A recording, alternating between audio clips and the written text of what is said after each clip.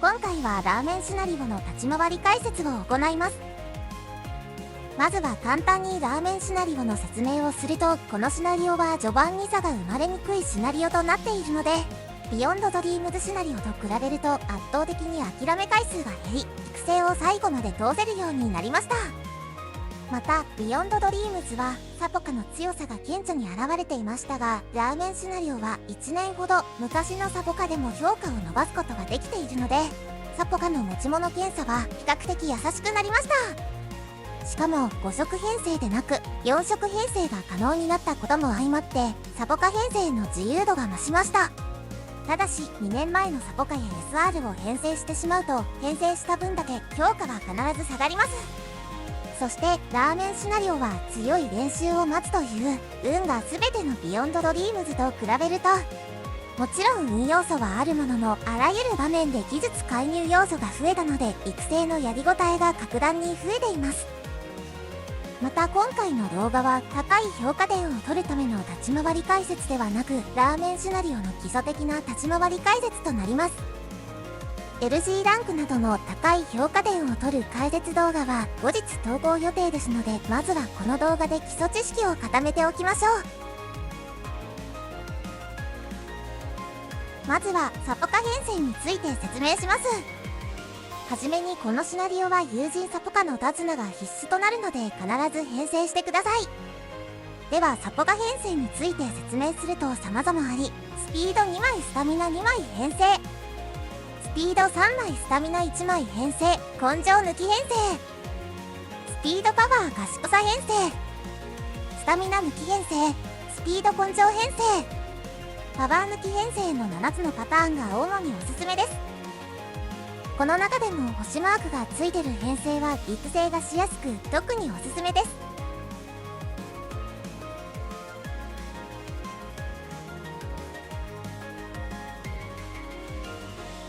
次に友人のお出かけタイミングなどについて説明します。友人のお出かけが可能になるイベントは、残り体力が90未満なら上の選択肢、90以上なら下の選択肢を選んでください。全5回のお出かけタイミングは上のような振り分けがおすすめで、特にジュニア期は0回、クラシック期前半に1回目、クラシック期後半に2回目、シニア期前半に3、4回目、シニア期後半に5回目を使うのがおすすめです。また友人サポカは絆が60以上になるとお出かけイベントが発生しやすくなるので覚えておきましょう。次に地域選択について説明しますが、地域選択はサポカ編成によって異なるので、サポカ編成別に選び方を紹介します。まずスピニシタ2編成についてはこのようになります。スピサンスタ1編成、根性抜き編成、スピパワ賢さ編成、スタミナ抜き編成、スピード根性賢さ編成、パワー抜き編成、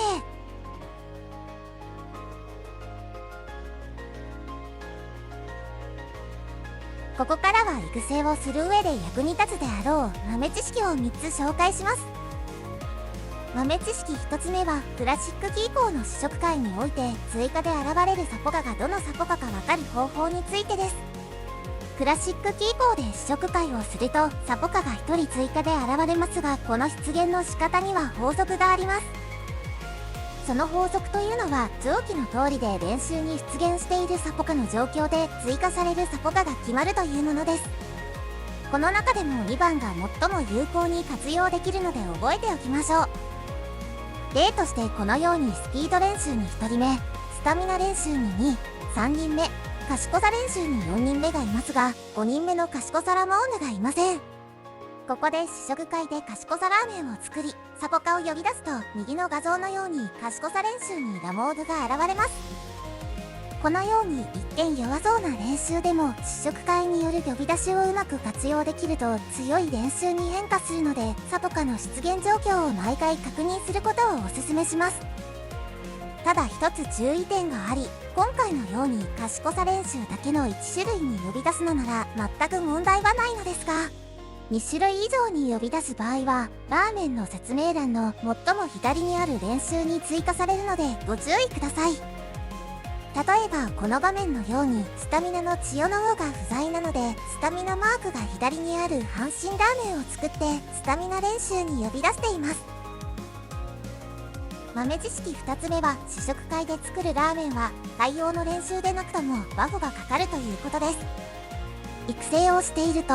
超強い練習があるのに対応したラーメンを作れないという場面に遭遇したことがあると思います。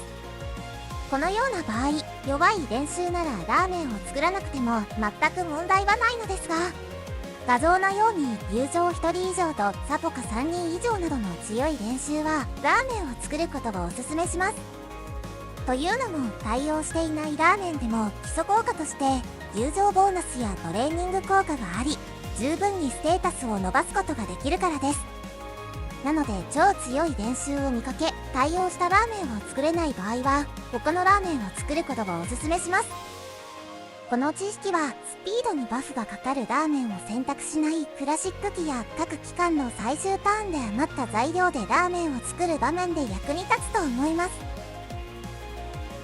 豆知識3つ目は、お休みを踏んだ時における体力回復量の比率です。先日お休みに関するアップデが実施され、お休みを踏んだ時の体力70回復、50回復、30回復、30回復と夜更かし気味の4パターンの比率が大幅に変化しました。具体的な比率は公式から発表はされていないものの、私の感覚で紹介すると、アプデ前は30回復の比率が合わせて 15% 近くありましたが、アップデ後はその比率が 10% 減り、その分70回復と50回復の比率が高くなった印象です。そのためデビュー前とジュニア期に体力が少なくなった時にお休みを踏んでもほぼ30回復は引かないので、安心してお休みを踏むことができます。ここからは育成の流れを上記の順番で説明していきます。また解説をする中で登場する用語について上で説明しておきますので、目を通しておいてください。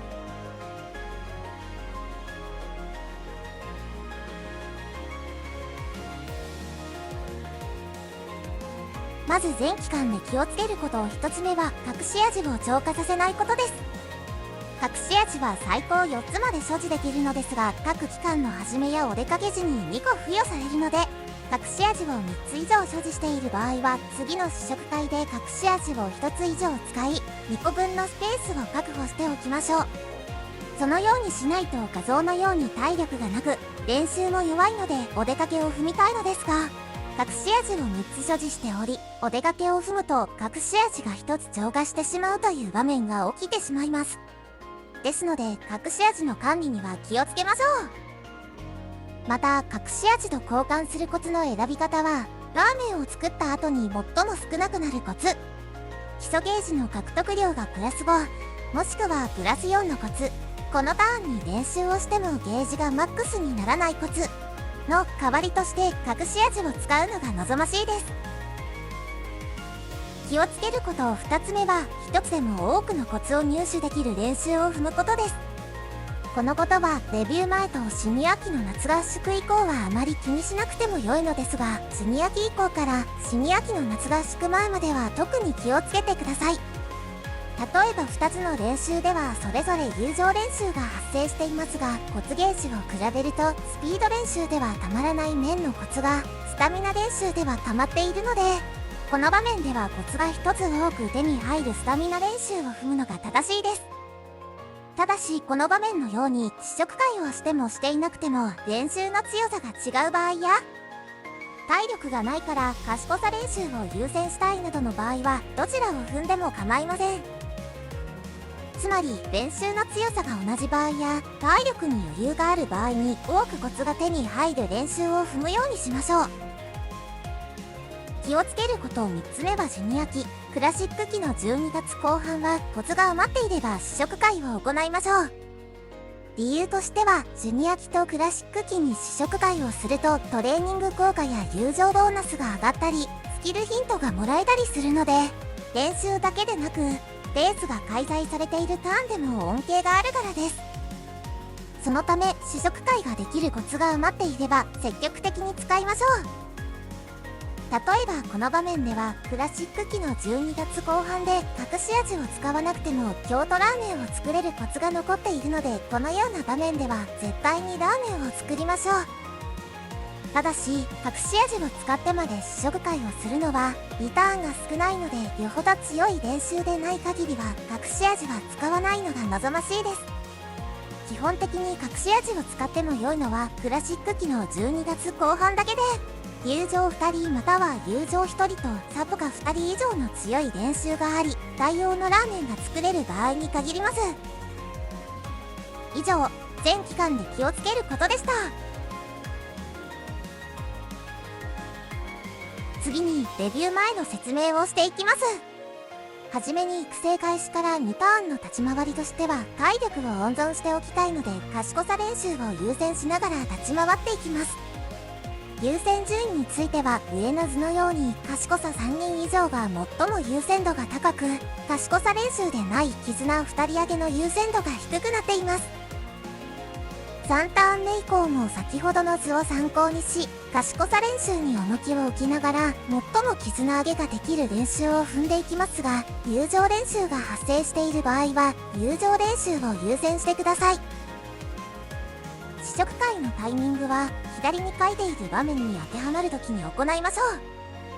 この中でも特に試食会を行えば友情練習ができる場面は序盤を安定させるために必須の知識となりますので意識しておきましょう。試食会からの友情練習を発生させる流れとしては、目視で 3m と半分以上あるのを確認した後、試食会を行って友情練習を発動させるといった流れとなります。また試食会で隠し味は2個とも使わないのが望ましいです。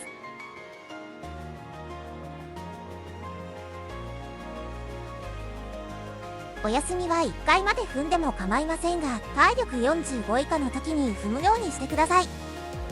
友人のお出かけは使わないでください。続いてジュニア期の解説を行います。ジュニア期もデビュー前同様、絆上げよりも友情練習を優先しましょう。賢さ友情は優先的に踏んでいき、体力管理に気を配ります。どの程度賢さ練習を優先するかは上下のような練習優先度となりますが、この優先度はスピード3枚編成と賢さ2枚編成を除く場合となり、残り体力、コツの獲得量、試食会の有無で変動しますので参考程度で捉えてください。試食会を行うタイミングはデビュー前とほぼ同じになりますが、ジュニア期は友情2人や友情1人プラスサポカ2人などの強い練習で対応したラーメンを作ってステータスを伸ばしましょう。またこの期間も隠し味は使わず2個とのクラシック期に持ち越すのが理想となります。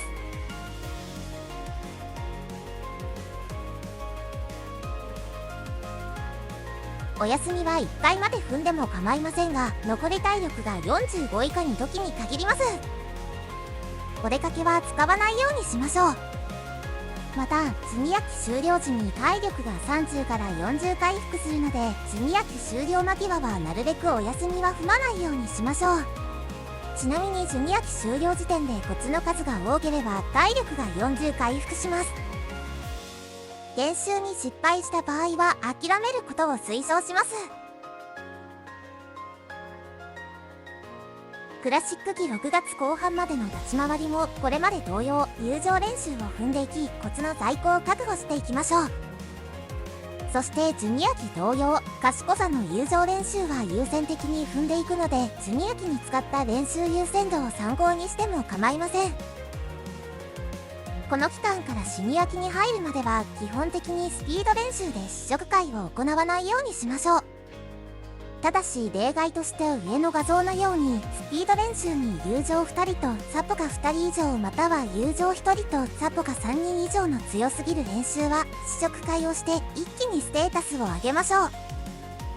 試食会のタイミングは左を参考にしてください。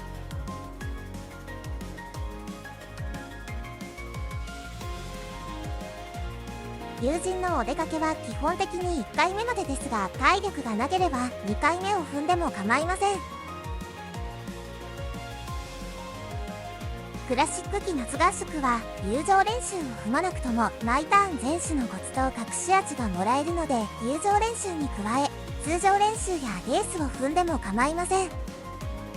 試食会のタイミングは左を参考にしてください。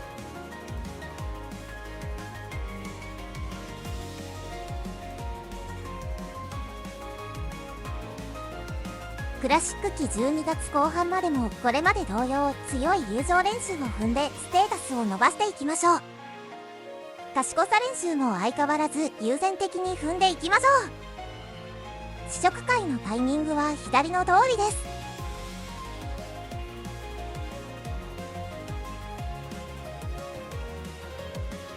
クラシック期の最後の練習ができるターンは画像のように試食会ができるコツの在庫があれば問答無用で試食会を行いましょう。この場合隠し味を使わないのが望ましいですが、友情2人とサポカ1人または友情1人とサポカ3人などの超強い練習は隠し味を使っても構いません。友人のお出かけは基本2回目までですが、体力がなければ3回目を踏んでも構いません。2回目を踏むタイミングは体力を回復したい時はもちろん、体力はあるけど練習が弱い時にもターンしのぎとして使っても構いません。シニア期の6月後半までも友情練習を優先的に踏んでいきますが、この期間から育成終了まではへこんでいるステータスを上げながらスピードや賢さはカンスト付近まで上げるように練習を踏んでいきます。おそらくクラシック期で強いスピード練習を踏めていない場合はスピードが低いと思いますので、スピードを重点的に踏んでいきましょう。試食会のタイミングは左の通りです。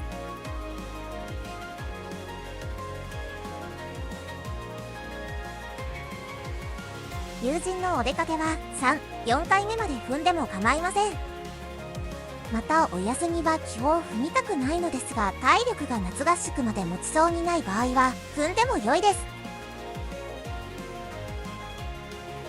シニア期の夏合宿以降はステータスの上昇量と上限値のバランスを考えながらどの練習を踏んでいくかを決めていきましょう。試食会のタイミングは左の通りです。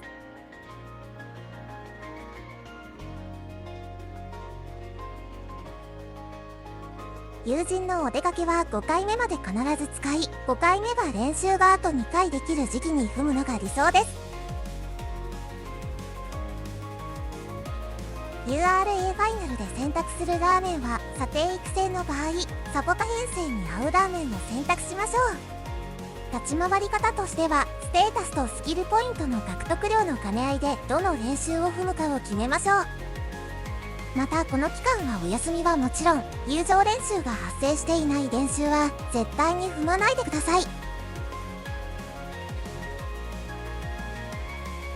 ここまで立ち回り方などについて説明をしてきましたが、今回の内容は全てが正確な情報ではなく、中には誤った情報を含んでいる箇所もあるかもしれませんので、